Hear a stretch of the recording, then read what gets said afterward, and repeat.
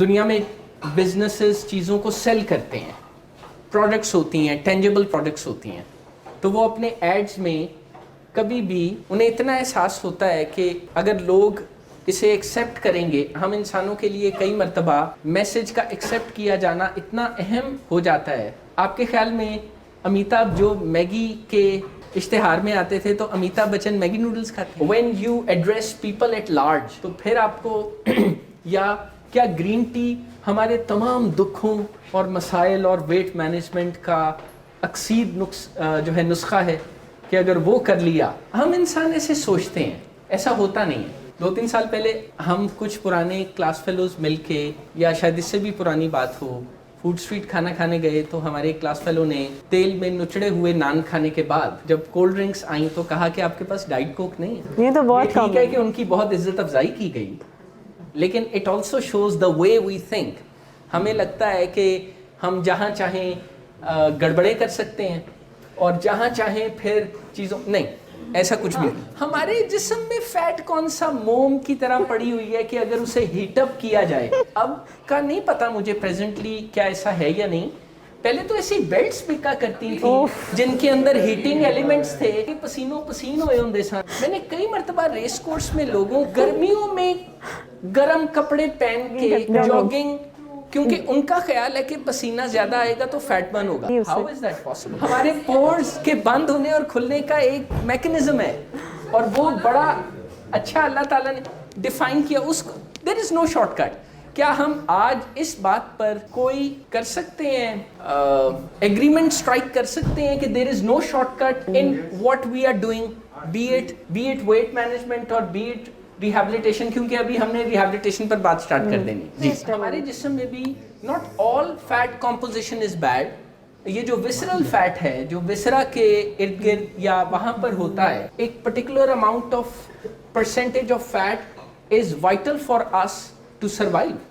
ہم اس کے بغیر سروائیو نہیں کر سکتے. تو لینئر ورسز گریجول پروسیس یہی ہے کہ ہم اپنی جان میجیکل تھنکنگ سے بھی چھڑا لیں, ہم اپنی جان اس سوچ سے بھی چھڑا دیں کہ شادی میں 3 مہینے ہیں تو اب میں نے 90 ڈیز میں کیا کرنا. شادیوں پر لوگ بڑے خجل ہوتے ہیں. آپ ذرا کمپنیوں کی چلاکیاں چیک کریں, نام رکھا ہے ایئر فرائنگ, اور اسے ایسا بنا دیا ہے جیسے ڈیپ فرائرز ملتے تھے نا پہلے. ذرا چلاکیاں چیک کریں. وہ کہہ سکتے ہیں کہ یہ کنویکشن فوڈ ہے, یعنی ایئر کے کنویکشن جو کرنٹس ہیں اس میں, کیونکہ فوڈ کوک ہوتا ہے ہیٹ ٹرانسفر سے, اور فیٹ آپ یوز کرتے ہیں صرف کانٹیکٹ وہ جو چپکنا ہے پین سے یا یوٹینسل سے, اس سے بچانے کے لیے. لیکن وہ کمپنیوں کی آپ ذرا چیک کریں چلاکیاں, air frying as if air can fry. نہیں, میں نہیں مانتا, لیکن اس میں بھی پھر چیز ہے, اگر آپ اولیو آئل کے ساتھ وہ سلوک کریں گے تو پھر وہ رینسڈ ہو جائے گا, وہ اپنے بہت سے فوائد سے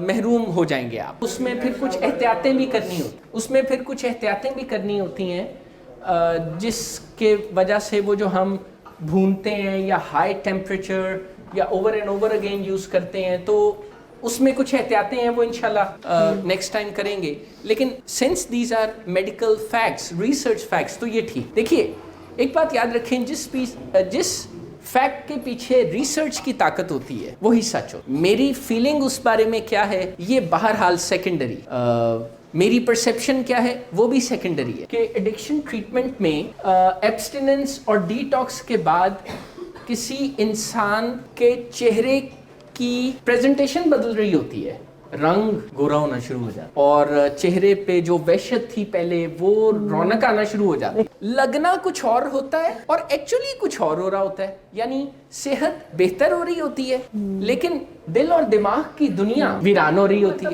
ہماری ریالٹی بہتر ہو رہی ہوتی ہے, پرسیپشن ہوتی ہے نا وہ زمین پہ گر گئی ہوتی ہے.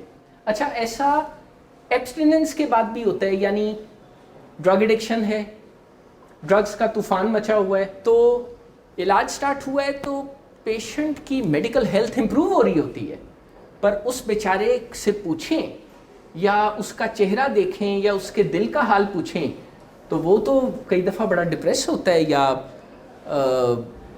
پریشان ہوتا ہے. دونوں اپنی جگہ ٹھیک کہہ رہے ہوتے ہیں. دیکھنے میں معاملہ اچھا ہو رہا ہوتا ہے لیکن وہ جو فیلنگس، موڈز ہیں اور تھاٹس ہیں اور انوائرمنٹ ہے، کانسیکوینسز ہیں، وہ سب ہی بدل گئے ہوتے ہیں. تو ان کی یہ پرسیپشن بھی سمجھ میں آتی ہے کسی پیشنٹ کی کہ ان کو مشکل پیش آ رہی ہوتی ہے. کیونکہ اگر آپ کے حالات بہتر ہو گئے لیکن آپ کی پرسیپشنز امپروو نہ ہوئی تو یہ ایک اننیسیسری برڈن ہے جو آپ اپنے کندھوں پر اٹھائے پھر. ویسے تو اٹ از یور چوائس، آپ جب تک چاہیں یہ کر سکتے ہیں، پر میں آپ کو یہ ریکویسٹ کر رہا ہوں، مشورہ دے رہا ہوں کہ آپ اس اننیسیسری برڈن کو اٹھائے نہ پھریں. اس کی اور بھی بڑی شکلیں ہوتی ہیں، جیسے فیملی کے ساتھ ریزنٹفل رہنا، کہ یا کبھی کبھار علاج کے شروع میں تو یہ سننے کا موقع ملتا ہے کہ ندیم صاحب انہوں نے مجھ سے بات کیوں نہیں کی، اگر یہ مجھ سے کہتے سے نشہ چھوڑ دیتا، یا اس طرح کی کوئی بات. حالانکہ ایک دفعہ نہیں، کئی مرتبہ اس موضوع پر بات ہو چکی ہوتی ہے، پر چونکہ بات نہیں بن رہی ہوتی اور ہر روز ایک خدشہ ہوتا ہے کہ کوئی نیا حادثہ ہو جائے گا، کوئی نیا، اور حادثے بھی ہو رہے ہوتے ہیں، تو پھر سوائے کرائسس انٹرونشن کے اور کوئی راستہ نہیں رہا. آپ کو کرائسس انٹرونشن کا مطلب تو پتہ ہے نا، آپ اسے انڈرسٹینڈ تو کرتے ہیں یا نہیں کرتے.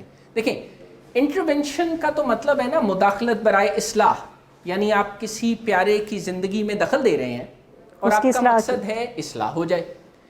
کرائسس انٹرونشن کا مطلب ہے کہ اگر آپ نے فوری طور پر انٹرونشن نہ کی تو crisis is waiting for you just around the corner. کسی بھی وقت کوئی بڑا حادثہ ہو جاتا ہے، آپ ٹریٹمنٹ سٹارٹ ہو گیا، کام کا کسی نہ کسی حد تک حصہ تو بن گئے. ہاں میں آپ کی کیفیت کو سمجھتا ہوں. A part of you, the diseased part of you will always whisper in your mind and in your ears کہ یار تم تو user, but you have to decide not to listen to it. بس آپ نے ایک کام کرنا ہے، اس کو بولنے دیں. پرابلم مجھے اس کے ساتھ نہیں ہے کہ آپ کو طلسمی آوازیں کون سی آتی ہیں، جادوئی. پرابلم مجھے اس کے ساتھ ہے کہ کہیں آپ ان آوازوں کو سن کے کھل تو نہیں اٹھتے. بھائی یہ کرنا ہے. وہ یہ نہیں کہہ رہے ہوتے کہ میں ریکورنگ ایڈکٹ ہوں، وہ اپنے آپ کو یاد کرا رہے ہوتے ہیں، کیونکہ اس بیماری میں بیماری کے بارے میں بھول جانا ایک بہت بڑی مصیبت ہے. پانی پینا ہے. اب سوال تو یہ پیدا ہوتا ہے نا کہ جناب 12 سٹیپ کی میٹنگ میں ریکورنگ ایڈکٹس ہی ہوں گے نا، اور کون آئے گا؟ وہ سوبر ہو سکتے ہیں، وہ سوبر بھی ہو سکتے ہیں ایٹ دا سیم ٹائم، لیکن یہ جو وہ اپنے آپ کو یاد دلاتے رہتے ہیں نا، یہ اس لیے یاد دلاتے ہیں کیونکہ ان کی بیماری کبھی کبھار ان کے دماغ میں وسپر کرتی ہے کہ تم یوزر تھے، تمہارا علاج ٹھیک نہیں ہوا، یہ ظالم ہیں، تم مظلوم ہو، یا علاج کی ضرورت نہیں. ایک دن آئے گا جب میں اپنے پیرنٹس کا ڈیپینڈنٹ نہیں رہوں گا، پھر دیکھوں گا یہ مجھے ولنگ ویز کیسے لے کے جاتے ہیں. اگر میں ڈیپینڈنٹ نہ ہوتا تو کیا پھر بھی یہ مجھے میرے ساتھ اس کو مینیج کرنا. روزانہ کی بنیاد پر ہماری ریکوری میں کوئی میکنزم ہونا چاہیے. جیسے میں نے پچھلے دنوں نا ایک عجیب و غریب ایکسرسائز کرتے دیکھا عطا صاحب کو، اور میں ان کا فین ہوں.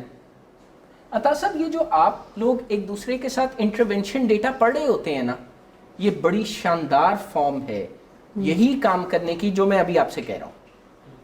بڑی زبردست ایکسرسائز ہے. تو کون کون اس میں حصہ لیتا ہے؟ میں نے آپ کو حسن امجد اور احسن صاحب 3 لوگوں کا ایک گروپ بنا کے تو یہ پریزنٹ کر رہے تھے، اپنا انٹرونشن ان کو سنا رہے تھے. ٹھیک ہے. ڈاکٹر صاحب نے جب ان کا کہا تو میں نے کہا کہ سر وہ اس وقت آ سکیں گے، تو انہوں نے کہا کہ جب لاہور میں ہوں گے تو آئے.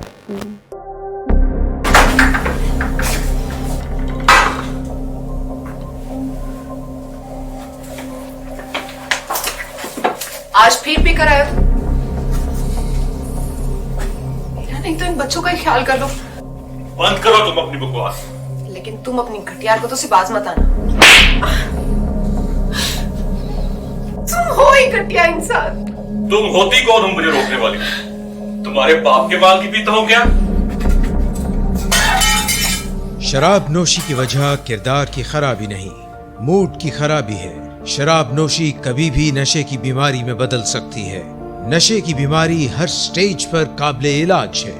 مدد حاصل کیجیے، کیونکہ وہ ایسا نہیں کرے گا.